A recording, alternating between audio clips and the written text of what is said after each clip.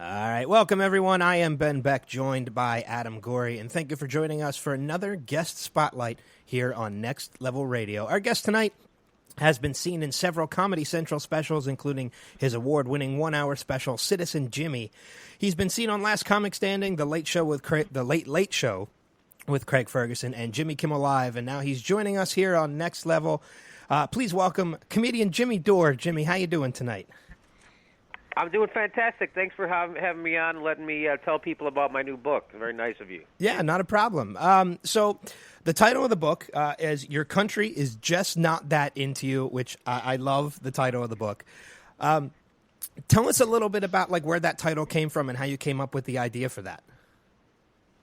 Well, I come from a big family. I come from 12 kids in my family. That's true. And people always say to me, they go, you learn a lot about life growing up in a big family. And I think you do. I think the biggest thing I learned is I'm easily replaced, right? Like I knew if I died, it wasn't going to put a big dent in my family's plans, right? I couldn't imagine my mom sitting around, oh, no, Jimmy's dead. What am I going to do now with just the 11 of you? So I have a pretty good antenna when it comes to when people aren't that into me, which is why I named the book that. And it comes down to the people who run our country. Now, you think it's the elected officials, but it's not. It's the people who George Carlin referred to as the owner class, right? So the owner class who own the politicians are the ones who are not into us and pretend that we have a choice in who runs our government. I'll give you an example.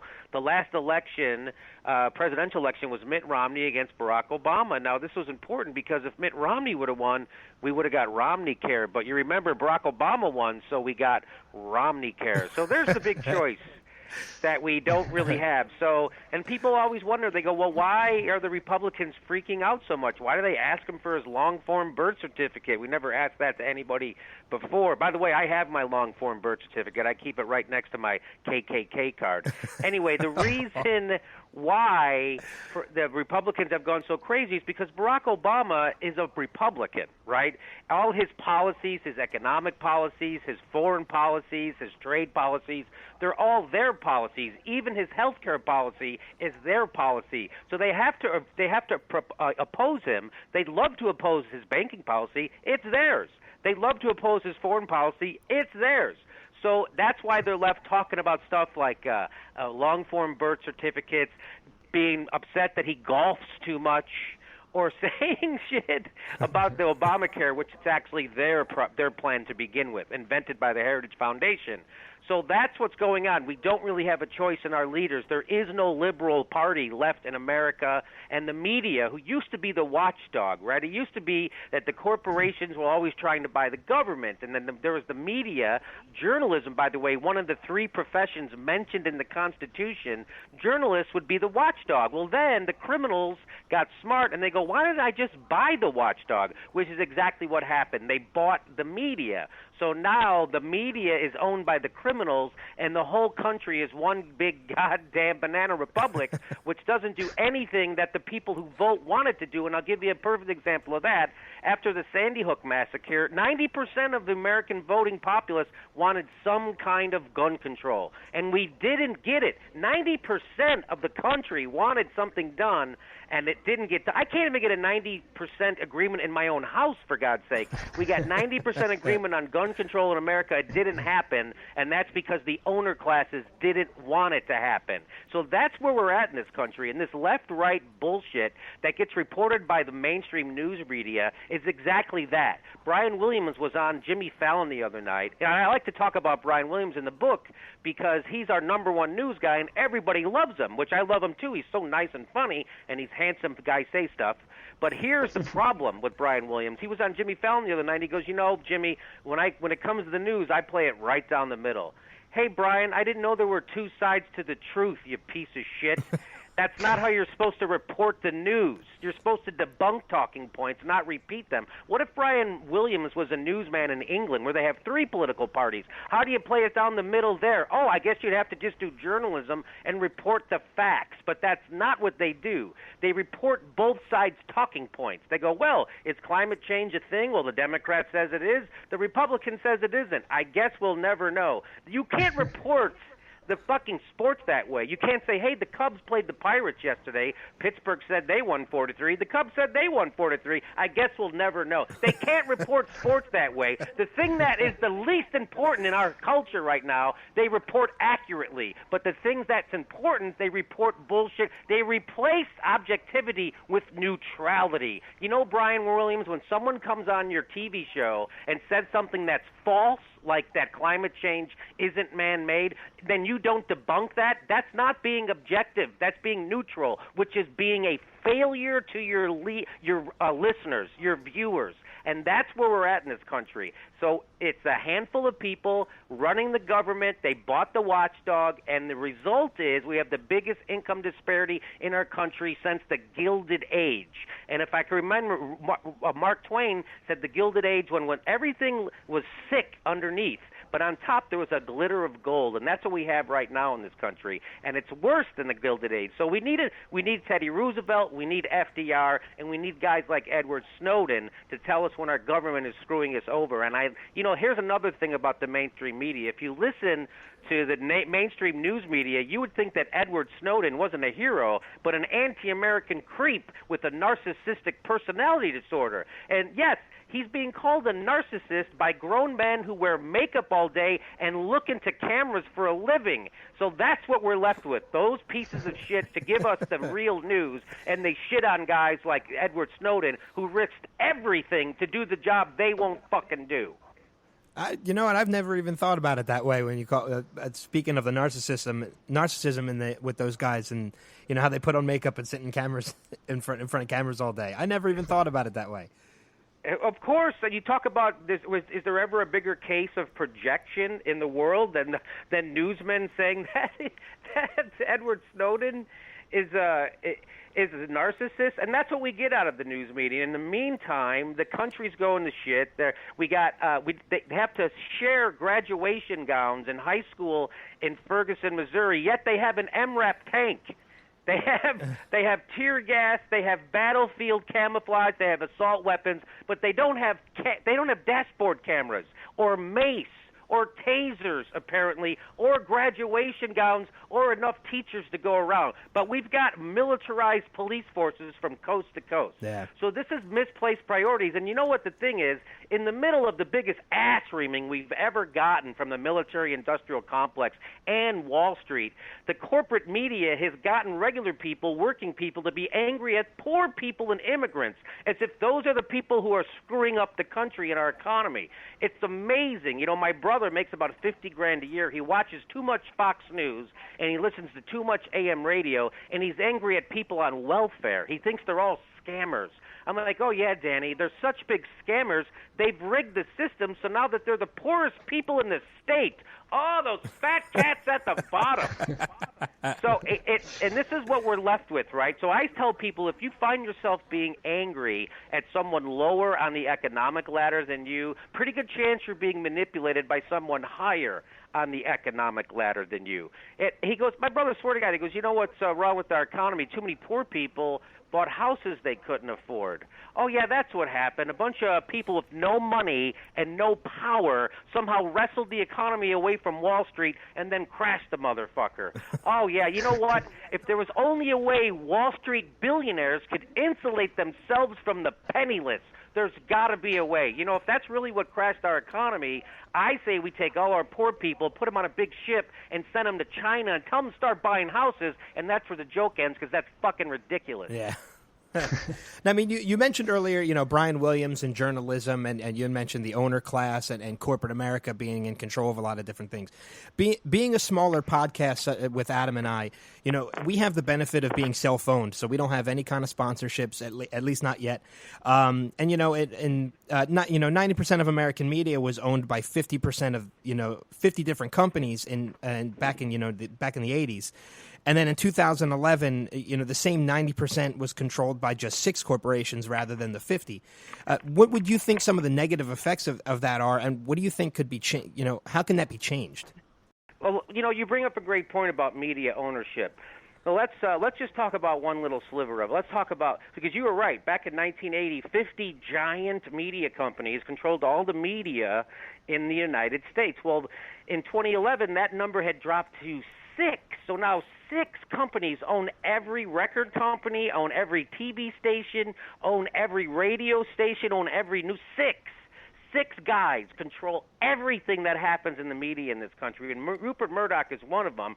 And what he owns stuff like the Wall Street Journal, the News Corp, 20th Century Fox, DirecTV, Sky TV, Fox News, the New York Post, the Chicago Sun-Times, the Village Voice, the Boston Herald, London Sunday Times, and most of the TV in Europe, Asia, and Australia. And if you didn't get the point, I could point out that he also owns TV Guide, The Sun, 5 more British national newspapers, most of England's satellite TV, and he bought the Dow Jones. And, I just have a picture of Rupert Murdoch sitting in his office in a dolphin skin chair, stroking a Persian cat with a diamond-studded necklace, and then he pushes a button that burns a barrel of oil just for kicks. And you go, well, how does this affect me, Jimmy, that one guy owns all this media? Why should I care? I got to go to work, right? Why should I care about who owns the TV? Well, let's say your country wanted to invade another country that had a lot of oil. Well, they couldn't just say that's why they wanted to do it, so they would have to concoct a story. And then they needed somebody to sell that story to the people. Bingo, let's get the guy who owns most of the media in the United States, England, and Australia. Hey, turns out those were the 3 countries that went with us into the Iraq War. So now you're sitting at home, your job's been shipped to China, your house is underwater, your kid's at a shitty school because they're firing teachers, and the government says they don't have any money to help you because $3 trillion is sitting in a hole in Iraq that Rupert Murdoch helped start, and that is how it affects you. Yeah. Yeah, that's a pretty big effect. And that people don't realize. People don't realize that. The independent voice is gone, which is why we have Rush Limbaugh. I live in Los Angeles, and they say, well, the Republicans and conservatives and corporatists, they all say the free market, the free market. By the way, there's no such thing as the free market. Markets are regulated. Markets are invented. They weren't dropped down here by Jesus Christ. They're invented by people, and corporations and rich guys are trying to rig that goddamn system every day. In fact, it is rigged, which is why corporations are making trillions of dollars in profits right now. They're making more money than they've ever made, record profits for corporations, yet we have the biggest income disparity our country has ever seen. That's called a rigged system. So the corporations are sitting on $5 trillion, some people say more, and they're not investing it back in our economy. And the bullshit reason they give is because they don't have confidence in our economy. And I say if $5 trillion doesn't give you confidence, I'd try fucking dance lessons. Well, there's one thing that's for sure. I love the passion you got going on here, but not everybody, unfortunately, pays attention to politics, or they're disinterested in it. What does your book offer to someone like that who doesn't think they need to pay attention to politics, or just doesn't quite understand politics? I love how people think that politics is like a game they can play sometimes. There's a host, the Bravo host, Andy Cohen. He was going around making the rounds last year, pushing for gay marriage because he's a gay guy who hosts a show, a national television show on Bravo, and he's gay, openly gay. And so when he would go around and do these interviews, he would tell people that were interviewing him, he'd go, I'm not political at all on my show. I'm not political at all, except for this one issue.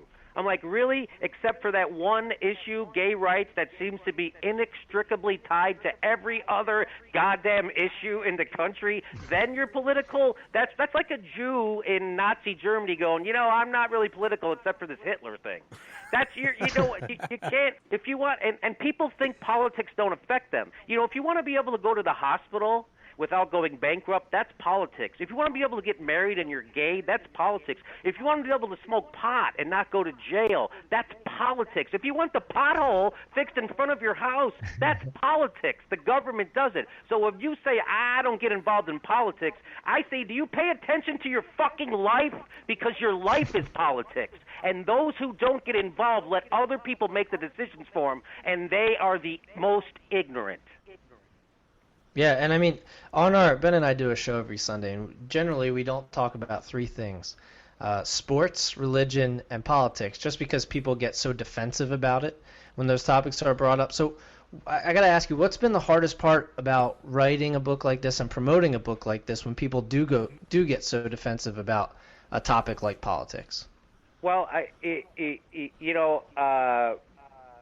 when people say, "Wow, you get really worked up over this stuff," and I always say, I apologize for getting angry about the stuff that's happening. I usually save most of my anger for important things like sporting events and Hollywood award shows. So nobody has a problem if people scream at the top of their lungs about who's better, the Yankees or the Angels or the Oakland A. Nobody has a problem who they scream about who had the best movie or who's a good actor. But as soon as you start to actually talk about, Russell Brand said, when I was poor and I talked about income inequality, they said I was just jealous and envious. And he goes, now that I'm rich and that I want to talk about income inequality, they tell me I'm a hypocrite. I'm starting to get the feeling they just don't want me to talk about income inequality. So that's a good point. So that's where I'm coming from, and anybody who doesn't want you to talk about politics is someone who wants to keep you ignorant. And you know who doesn't want you to talk about politics is the guy who owns the country. That's who doesn't. The corporations, defense contractors, and Wall Street. And let me just say this about Wall Street. If I could screw my wife half as good as Wall Street has screwed our economy, I wouldn't have to go through her emails. Oh man. Well, I mean, I don't think it's I don't think it's getting angry about everything, and maybe there is a degree of anger to it, but it's more passion about it. And like you said, it's it's the people in America, as you said. The point that you made about corporations don't want people, to become less ignorant about things, because I have a feeling that if that were to happen, it takes the power away from them, and that's exactly what they don't want. That's exactly what they don't want. You are exactly right. And just remember, is there a better? Here's the best example of how the corporate media has failed us and how we're living in an Orwellian nightmare because our watchdog has been bought by the criminals. And a perfect example, my brother who makes $50,000 a year, and he worries about the estate tax. That's a real thing. I was at his house one day out of nowhere. He goes, "Hey, we got to get rid of that estate tax." And I'm like, "What is that?" He said, "That's if you die and you have millions of dollars, the government just takes half of it. They just take it." And I was like, "That's horrible. Let me know when that becomes a problem." But until then, maybe you should turn off your AM radio and get invited to your own life, okay? Because I'm sure the estate tax sucks, but I'm pretty sure estates don't have two cars that don't work on the front lawn, okay? You should be worrying about the T-shirt tax at Walmart, you dickhead. Turn off your Fox News and get invited to your own life. Now, I know you've been a stand-up comic since 1989, and being a stand-up comic, you always have attention. You have a platform that you could very easily get a lot of these points out, in stand-up acts. What made you want to write a book after doing stand-up for all that time? Well, I also do the Jimmy Dore show, which is carried on the Pacifica Network across the country and online at theyoungturks.com. And so I just had all this. Since I started doing the show, I took a harder look at the news, and I just thought, hey, people need to hear about this stuff, and I have a comedic way of presenting things, and so that was it. My manager said, "Why don't you write a book?" So I wrote it, and we had a bunch of offers, and we sold it, and so here I am. Why not? Another way to help get the message out. I had a couple of Comedy Central specials. My last one chosen Best of the Year by iTunes, and this is just another way to get the message out. Do a book. Yeah. Well, I know we're getting short on time with you, so we're getting ready to wrap things up. But usually when we wrap things up, what we like to do, how we like to end our interviews, is we like to do what we call our rapid fire. And basically what that is just Adam's going to shoot 2 or 3 questions at you. They're very simple questions. All you have to do is answer with the first thing that pops into your head. Okay. I only got 2 of them for you, so you got off a little easy. First one is, who is your favorite politician of all time? Oh, boy. I would say FDR. Okay. And second one, if someone did an audio version of your book and narrate it, who would you want to narrate the book on one of those, cassette tapes that you plug in and listen and read along with? I would want Mel Gibson just so I could hear his unbridled hatred for the Jews come through every page. I could see him reading it passionately for sure. I thought you'd say Morgan Freeman, because everybody says Morgan Freeman. Yeah, well, see, that's why you zig, I zag. There you go.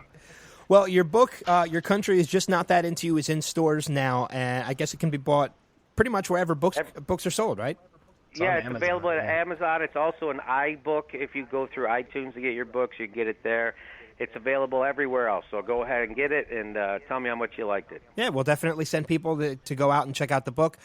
In the meantime, they can check out. You said your radio show is on Yeah, it's also available as a podcast. It's called The Jimmy Dore Show. I do it with Frank Connor from Mystery Science Theater 3000. Nice. And we have all the big shots call in. We got this week we got Rick Perry called in and Barack Obama and somebody else. So go ahead and give it a listen, and you're going to love it. And you said that's on the Pacifica Radio Network as well as the Young Turks Network, right? Yes, and you can get a podcast of it over at my website, jimmydorcomedy.com, or it's available at iTunes too. So anywhere you get podcasts, you can get the Jimmy Dore Show. Awesome. Well, we'll check that out as well. And we're going to encourage all of our listeners to follow you on Twitter as well, at Jimmy_Dore. Yes, that's it. Hey, thanks for having me on. This has been a lot of fun. I really appreciate you guys helping me get the word out about the book. Yeah, no problem at all. Yeah, thanks, Jim. So we're going to wrap things up. Please check us out on our website as well, www.nextlevelradioonline.com, and follow us on Twitter at NXT Level Radio. Until the next time, we'll see you around, guys. Take care.